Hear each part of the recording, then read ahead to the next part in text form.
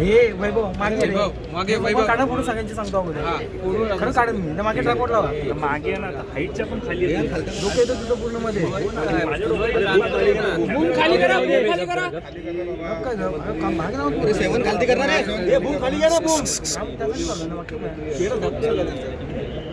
टीका करायची हा उद्योग त्यांचा सुरू आहे. परंतु विधानसभेच्या निवडणुकीनंतर त्यांनी आत्मचिंतन करत येणं गरजेचं होतं की आपले 46 का आले आणि आपला विरोधी पक्षनेता का होऊ शकत नाही स्वतः तपासून बघायला पाहिजे. प्रत्येक अधिवेशन आलं की विरोधी पक्षनेता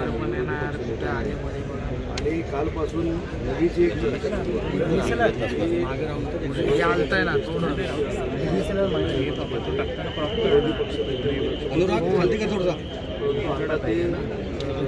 नाव बदललं जाण्याची शक्यता आहे. थोडा मागे चर्चा नागपूरमध्ये मोठ्या पद्धतीने सुरू आहे. त्याच्यामुळे विरोधी पक्षनेता जाहीर करणं ही जबाबदारी आणि हे अधिकार विधानसभेचे अध्यक्ष हे मोबाईल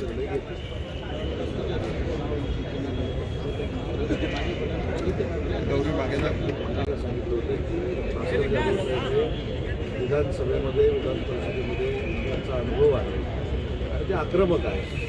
त्याच्यामुळं ती आक्रमकता स्वतःच्याच पक्षावर उठू नये यासाठी त्यांच्या समाधानासाठी तुम्हाला आम्ही विरोधी पक्षनेते करतो हे सांगून हे पत्र देऊन त्यांना थांबवण्याचा प्रयत्न होता, त्यांना समाधान करण्याचा प्रयत्न होता. प्रकाशजी जाधव साहेब मध्ये येत आहे लक्षात येईल की नक्की कोणाची मनसुबी सगळे अधिकार जे आहेत ते विधानसभेचे अध्यक्ष आणि विधानसभेचे सभापती आहेत. विधान परिषदेचा विरोधी पक्षनेता जर करायचा असेल सभापती निर्णय घेतात आणि विधानसभेचा विरोधी पक्षनेता जर करायचा असेल तर अध्यक्ष निर्णय घेतात. दोघेही सक्षम आहेत, दोघेही शिकलेले आहेत, दोघांनाही अनेक वर्षाचा विधिमंडळाचा अनुभव आहे. त्याच्यामुळे मला खात्री आहे की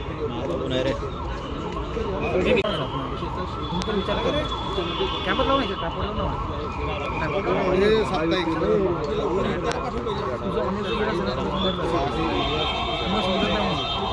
शिंदे साहेबांचं मत शिंदे साहेबांची भूमिका महायुतीनंच पुढे जाण्याची राहिलेली आहे.